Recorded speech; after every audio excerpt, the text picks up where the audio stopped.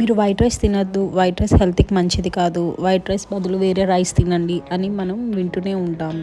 White rice వల్ల చాలా health problems వస్తాయి, మీకు వచ్చిన హెల్త్ ప్రాబ్లమ్స్ అన్నీ వైట్ రైస్ వల్లే వచ్చాయి అని ఇలా కూడా అంటూ ఉంటారు. సో ఈరోజు మనం అసలు వైట్ రైస్ ఎందుకు మంచిది కాదు అండ్ ఏం తినాలి అనేది చూద్దాం. ఇందులో హై గ్లైసెమిక్ ఇండెక్స్ ఉంటుంది, అంటే ఇందులో మనకి ఈజీగా డైజెస్ట్ అయిపోయి బ్లడ్ షుగర్ లెవెల్స్ అనేది చాలా ఫాస్ట్గా డెవలప్ అయిపోతుంది. సో అందుకని వైట్ రైస్ అనేది ఎస్పెషలీ డయాబెటీస్ వాళ్ళకి అస్సలు మంచిది కాదు.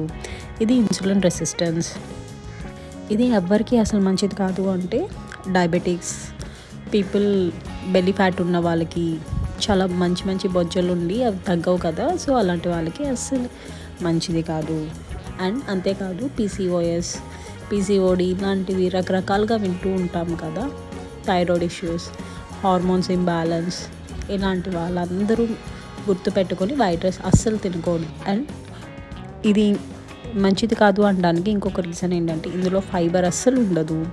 వైట్ రైస్ వల్ల పాలిష్ చేసేటప్పుడు ఫైబర్ అంతా పోతుంది. సో ఇది డైజెషన్కి అసలు మంచిది కాదు, కాన్స్టిపేషన్ ఇంకా పెంచుతుంది. అండ్ మనం తిన్న వెంటనే ఇంకా ఆకలిగా ఉంది, ఇంకా ఎక్కువ తినేస్తూ ఉంటాం, దానివల్ల మనకి వెయిట్ లాస్ అనేది అస్సలు అవ్వదు.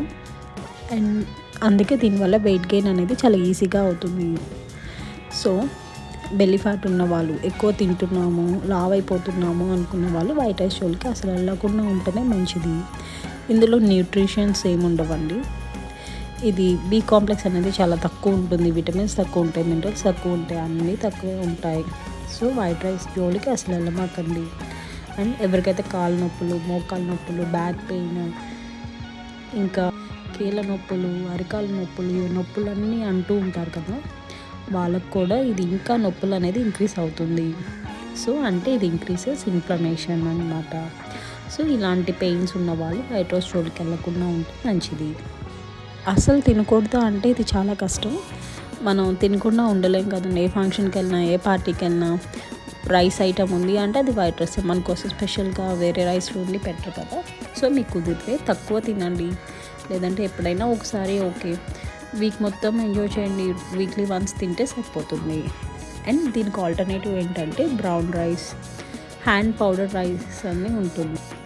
మిల్లెట్స్, రాగులు, జొన్నలు, సజ్జలు, అరికెలు, కొర్రలు, ఫాక్స్టైల్స్, ఇలాంటి రకరకాల మిల్లెట్స్ ఉంటాయి. రోజుకొక మిల్లెట్ చొప్పున చక్కగా మీరు 15 రోజులు మీకు 15 రకాల మిల్లెట్స్ ఉండొచ్చు. అలా తింటూ ఉండండి. లేదా రెడ్ రైస్, ఇలాంటి రైస్లు అనేవి తినండి. కాబట్టి ఈ రీజన్స్ వల్ల మీరు వైట్ రైస్ ఎంత తక్కువ తింటే అంత మంచిది.